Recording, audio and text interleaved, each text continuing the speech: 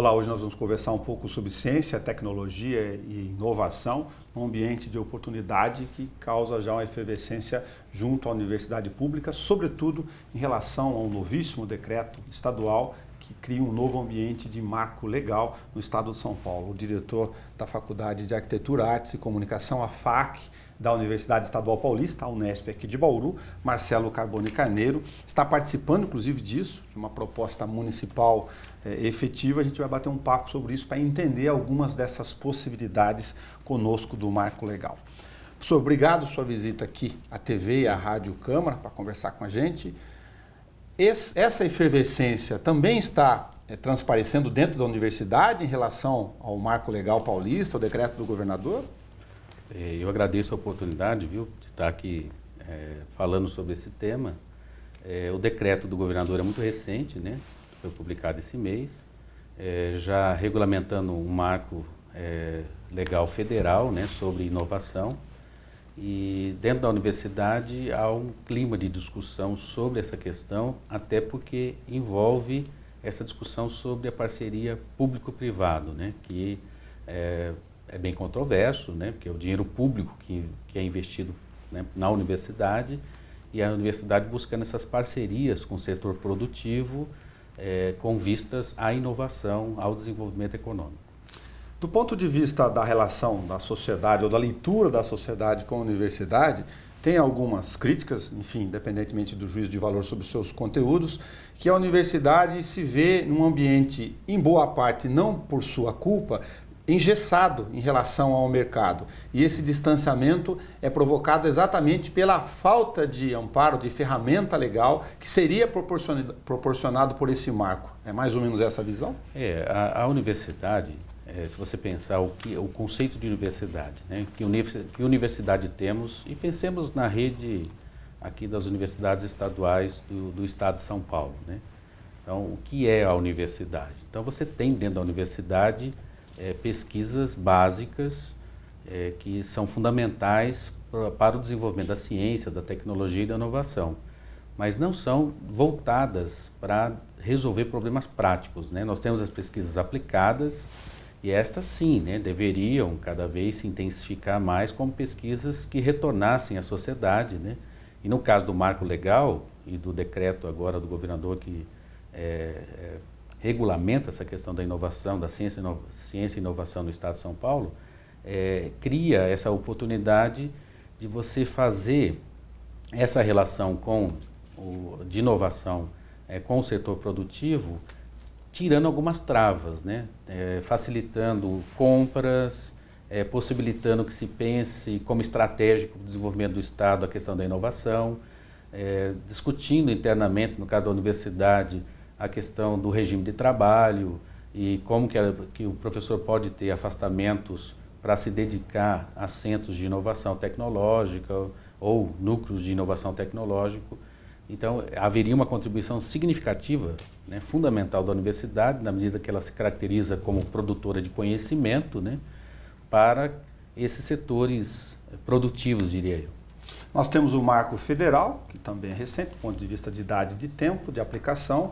O marco estadual que a gente está falando, que é novíssimo, sim, ainda sob efervescência, como estamos comentando, sim, e essa janela de oportunidades. Como o senhor mencionou, suscitam algumas dúvidas e algumas aflições naturais. Primeiro, desse comportamento não cultural, pelo menos no caso da Unesp, sim, acho que sobretudo na USP, a Unicamp tem outro diferencial para a gente comentar, de como se faz essa intermediação e esse ambiente de relação entre privado e público. Eu até comentava fora do ar, né, com o Nelson aqui, a universidade ela tem como característica a produção do conhecimento, obviamente, a formação de quadros, o ensino e a extensão universitária, né? Esse é o tripé estabelecido constitucionalmente. E há, sem dúvida, a garantia na universidade de quem queira fazer pesquisa que não tem essa aplicação, vamos dizer assim, né, essa relação, que seja dado o direito dele não fazer isso, mas quem quiser fazer essa relação, né, parcerias público-privado, né, com todo o que pode implicar, né, disso, tem que ter a garantia de fazer isso, né, até porque muitas das nossas pesquisas já tem essa relação com a cidade, já tem essa relação com o setor produtivo. Trata-se de institucionalizar isso, e mais do que isso, não só institucionalizar, mas colocar na pauta do dia, da discussão, a importância da inovação tecnológica para o avanço, né, das empresas, do setor produtivo e da universidade. Aí tem duas outras, entre várias questões, que naturalmente já são consequentes desse raciocínio.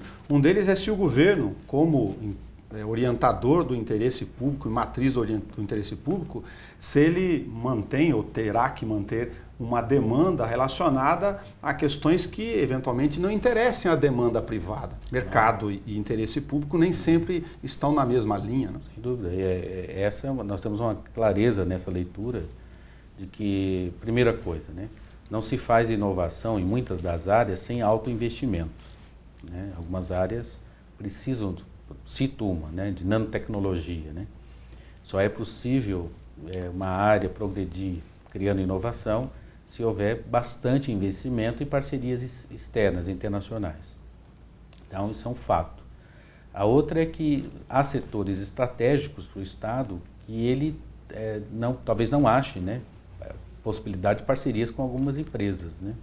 E aí, claro, tem que garantir, porque pensando na questão social, né, até quando se fala de inovação, não está previsto na lei qualquer referência, e esse é um debate que tem que ser feito também, a inovação ligada à tecnologia social, aquela que é voltada para melhorar a condição de vida das pessoas, né?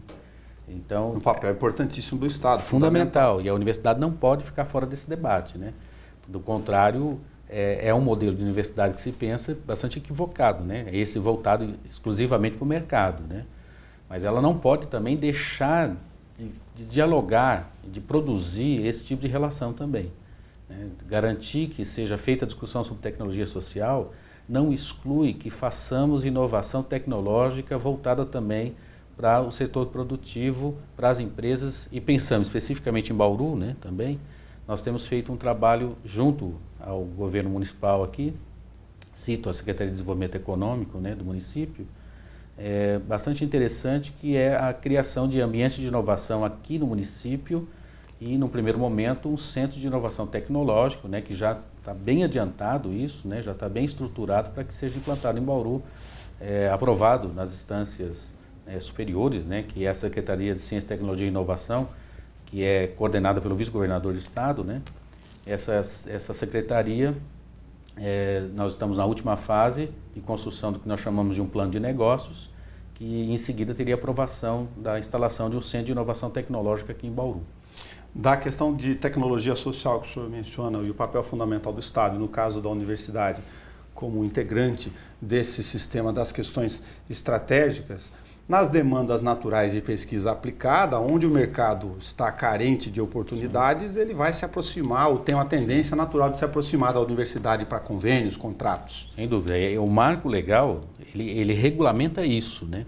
Então, quando um docente, vamos dar um exemplo aqui, ele se aproximar das empresas para desenvolver um produto, né, ou alguma mercadoria, mas às vezes uma embalagem para uma empresa, né, coisas desse tipo, ele poderá fazer, né, não há nada de irregular nem de ilegal, tem que ter os devidos afastamentos internos, né, pensando no professor que tem o regime de dedicação integral à docência e à pesquisa, tendo regulamentado essas parcerias, ele poderá e é incentivado, que é essa a questão, né, do decreto, né, incentiva que isso ocorra como um elemento fundamental para o desenvolvimento do Estado, né? O que a gente comenta de outra parte, aqui de fora como leigo, é que o Estado, como já dissemos, não se afaste das suas áreas estratégicas e importantes como ambiente aqui só por causa do marco legal que abre todas essas janelas, né? Não, sem dúvida, eu concordo e a gente conduz isso com muitos cuidados, né? Que não se trata de acabar com a universidade tal como ela está constituída, né? Ela tem uma importância estratégica, teve ao longo da sua história aqui no estado de São Paulo, né? Cito aqui a própria história da nossa rede paulista, ainda as universidades paulistas, né? Depois da Revolução de 30, a formação lá da USP em 34, depois a formação da Unicamp e a Unesp mais recentemente em 76, forma uma rede que permitiu, né, digo com toda clareza, permitiu que o Estado de São Paulo avançasse consideravelmente. Então, as universidades paulistas têm um papel estratégico na formação de quadros, no impacto que tem nas cidades que se localizam, tem o impacto social, e aí a extensão, e tem as pesquisas de ponta que são desenvolvidas, né? Essas pesquisas poderão, com essa nova regulamentação, e não todas, mas aquelas que já têm essa vocação, né, esse potencial, podem contribuir significativamente para o desenvolvimento econômico do Estado, ou até, colocando uma questão mais micro, né, nos municípios que se localizam, que de certa forma tem um impacto em toda a região. Mudar o vetor ou a estratégia natural de fontes de financiamento, como a FAPESP, CNPq, FINEP, com esse marco legal, professor? Isso que é interessante. O marco legal também, o decreto também do governador e o marco legal federal, incentivam a questão da inovação e abrem para que agências de fomento possam destinar verbas especificamente para essa questão, né? A Fundação de Amparo à Pesquisa do Estado de São Paulo, o CNPq, né? A CAPES, dentre outros órgãos de fomento que podem e deverão fazer isso, né? Já tem na sua linha de financiamento também, direcionar para a questão da inovação tecnológica, né? Como uma referência. Se você pegar outros países, né, que criaram polos tecnológicos, né, centros de inovação tecnológica, isso significou um desenvolvimento considerável, né, na construção de patentes, na construção de inovação que levou ao desenvolvimento econômico de países ou de regiões. Se você olhar o Vale do Silício e várias outras referências, que há o desenvolvimento de inovação com o conhecimento que é produzido, no nosso caso, quase que exclusivamente, não é exclusivamente, mas quase que exclusivamente pelas universidades. Olhando as correntes do meio que observam esse cenário, de um lado, os grupos que criticam com certa dose de razão não a universidade, quando ela está fechada, engessada, não se vota para a comunidade. De outro, aqueles que veem certo receio de movimentos eventuais de terceirização, de privatização, de fim da finalidade universitária. O fato é que tem aqui no meio uma discussão que tem essas duas vertentes naturais, que elas alimentam, mas da universidade poder gerar resultados onde for possível. Eu acho que garantir que a universidade é esse espaço também do debate, da multiplicidade, da divergência, né, do direito ao contraditório, né? Então, há quem faça a crítica, a gente tem que garantir que esses continuem fazendo a crítica e a análise, né, sociológica, de ciência política, repensando qual o papel da universidade e se voltar para essas parcerias, né, significaria perder algum tipo de essência da universidade, né? Eu entendo que na medida em que ela é o espaço da diversidade, que há espaço para a inovação tecnológica, e isso não exclui, não veta qualquer outro tipo de ação na universidade que vise, por exemplo, contribuições diretas à sociedade, né? Ou, se você pegar modelos de universidade, né, nós fomos muito influenciados na formação de um modelo universitário aqui paulista, por uma influência de um modelo de universidade que coloca no centro da universidade a questão da pesquisa. Nem sempre uma pesquisa que tem essa aplicação tão imediata, né? Eu comento aqui uma revista FAPESP do final do ano passado que colocava na sua capa, né, pesquisa básica versus pesquisa aplicada, né? Então, temos que garantir que existam pesquisas básicas, pesquisas que não têm qualquer aplicação imediata, embora possam, a curto prazo ou a longo prazo, revolucionar todo um campo de conhecimento. E há aquelas pesquisas aplicadas, essas sim, essas naturalmente, elas visam, né, resolver questões práticas do cotidiano, na arquitetura, no design, em várias outras áreas, que isso é quase que uma vocação daquela pesquisa. Porque quando a gente fala das 3 universidades públicas nesse ambiente de marco legal, a gente tem a Unicamp, naturalmente de Campinas, como alguém diferente nessa história. A sua pergunta é muito interessante porque ela permite, não sei quantos de vocês tiveram contato, isso está divulgado, né, em sites aí de notícias, que a Unicamp, num dos rankings recentes, a Unicamp supera a USP, a Universidade de São Paulo, a primeira e a melhor universidade ranqueada até hoje na Universidade de São Paulo. A Unicamp supera. E supera em que ponto? Nessa questão dessa parceria público-privada e da inovação. A Unicamp foi criada, quando da criação da Unicamp, ela foi criada com esse DNA, com essa forma de pensar a universidade como aquela que tem que estar, não somente, mas tem que estar ligada à sua realidade, ao financiamento externo, e os laboratórios, muitos deles são financiados por empresas que visam, ao financiar também, melhoramento dos produtos ou criação de produtos que geram patentes, e essas patentes, que são inovação, são quase que uma consequência imediata dessa estrutura universitária constituída ali com a Unicamp. Então, a sua pergunta é interessante porque, de fato, a Unicamp, a Unesp não tem na sua fundação, ela é criada a partir de institutos isolados, que se reúnem em 76, não tem como diretriz inicial, como a Unicamp teve, que seja voltado a algumas áreas, não todas, mas algumas áreas sejam voltadas para a questão dessa relação da universidade com as empresas, essa parceria público-privada.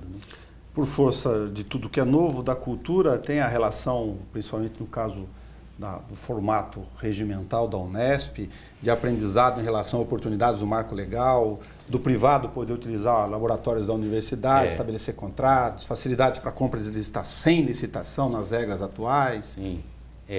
Veja, a universidade, a Unesp em especial, já tem discutido isso até no Conselho Universitário, o reitor atual colocou na pauta da discussão, e você só cria um ambiente de inovação e cria essa nova universidade a partir da abertura da universidade, com muita discussão e diálogo interno. Então, você vê, esse decreto que nós estamos discutindo é um decreto de 4 de setembro de 2017. Nós estamos há 15 dias desse decreto. Então, é muito Tudo recente novo. o decreto.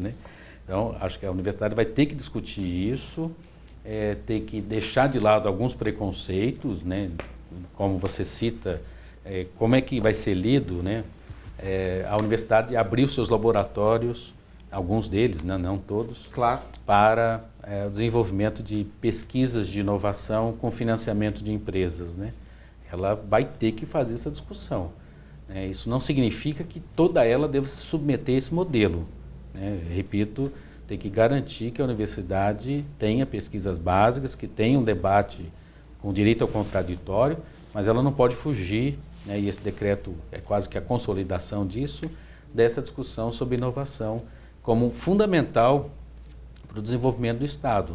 E eu diria até do município aqui, pensando mais especificamente em Bauru, e elogiar aqui a gestão atual que tem esse olhar também sobre, estrategicamente, o desenvolvimento do município passa por criação de ambientes de inovação. O senhor mencionou a questão da proposta, do protocolo, do plano de trabalho do Centro de Inovação Tecnológica. Esse é um cronograma para ter início de aplicação a partir do próximo ano? Qual é a qual é a perspectiva? A perspectiva aí, Nós já protocolamos, eu tenho até aqui em mãos aqui o termo de referência, protocolamos. Esse termo de referência já foi aprovado, foi assinado um protocolo de intenções, junto com o prefeito aqui da cidade, o Gazeta. Nós estamos trabalhando no que a Secretaria chama de plano de negócios. Ao finalizar o plano de negócios, que tem que responder alguma série de questões interessantes, como, por exemplo, uma questão que daria um debate aqui, já fica a sugestão, que poderia ser junto com a secretária do município aqui, é um debate qual é a vocação da cidade. Se a gente olhar qual a vocação econômica da cidade. Então, nós temos que responder a essa questão. Não há uma vocação única, na verdade há um ambiente bastante interessante e diversificado de produção local aqui. Então, nós estamos trabalhando esse plano de negócios, que será protocolado, creio eu, rapidamente, aí, mais um mês e meio, e aí depende um pouco do governador, do vice-governador, que acumula a secretaria, aprovar, e nós teríamos, eu estou bastante otimista, até o final do ano, até dezembro, nós teríamos a aprovação do Centro de Inovação Tecnológica. Temos já o local para ser implantado, o Centro de Inovação, e aí, claro que depende de uma pequena reforma ali, eu acho que o começo do semestre que vem já estaríamos funcionando ali com o Centro de Inovação. Eu colocaria uma pitada para um programa específico, já deixar sedimentado aqui na TV, na Rádio Câmara, mas a gente fala muito das questões de potenciais em cima da cadeia de saúde, que já tem sua alta referência com novas plataformas já mencionadas, Faculdade Particular de Medicina, Faculdade Pública de Medicina, Hospital das Clínicas e a rede hospitalar gigantesca, o entorno da tal da indústria da saúde, que não temos desenvolvido no meio, a área de tecnologia, informação, Unesp, startups e outras possibilidades. Comércio e serviço já é a nossa cara, mas eu incluiria quais são as vocações que nós podemos fazer e ainda não ingressamos nela. É verdade, mas você vê, a questão da saúde, né, nós discutimos lá, e você tem toda a razão. O comércio é uma referência fundamental, prestação de serviços, fundamental. A indústria é uma pequena indústria, né? Acho que Bauru não tem uma vocação para grandes indústrias, é uma questão também que a gente está levantando e estudando. E a questão da saúde, de fato, se colocou de forma muito forte aí pelo passado nosso, né? Centrinho, Instituto Lauro Souza Lima, e para o nosso futuro, né? São as duas faculdades de medicina, né? Então há um ambiente bastante propício de colocar a questão da saúde, né, a curto prazo, a médio prazo, pensar a cidade como uma cidade que tem como marca a sustentabilidade, e aí poderia ser pensar a sustentabilidade do ponto de vista da saúde, né? Sim. Então você tem toda a razão, acho que o mapa é esse, né? E teríamos que debater isso e chamar também os vereadores, né? Chamar todo o poder local para pensar esses arranjos produtivos locais e o que pode ser feito do ponto de vista da inovação para que eles possam crescer, né? Sem inovação, nós ficaremos para trás, né? Sem inovação, o comércio perde, a prestação de serviço perde, a saúde perde. A inovação não é a grande, não vai resolver todos os problemas do mundo, mas é uma chave fundamental para o desenvolvimento econômico do município. Descoberta a sua vocação, e eu acho que Bauru é isso, né? Não tem uma vocação única, descoberta a sua vocação, como que ela pode trabalhar para que ocorra um desenvolvimento econômico do município, e a inovação é imprescindível. Sem inovação, né, eu diria que muitos dos nossos arranjos produtivos sofrerão a curto e a médio prazo.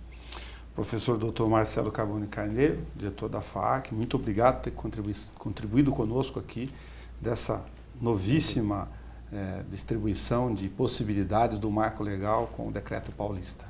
Eu que agradeço a oportunidade e fica o convite aí para toda a comunidade de acompanhar o desdobramento dessa discussão, certamente depois envolverá a Câmara Municipal, né, e toda a comunidade, de pensar Bauru como um potencial extraordinário de desenvolvimento, e a inovação é mola propulsora fundamental desse processo de desenvolvimento econômico do município.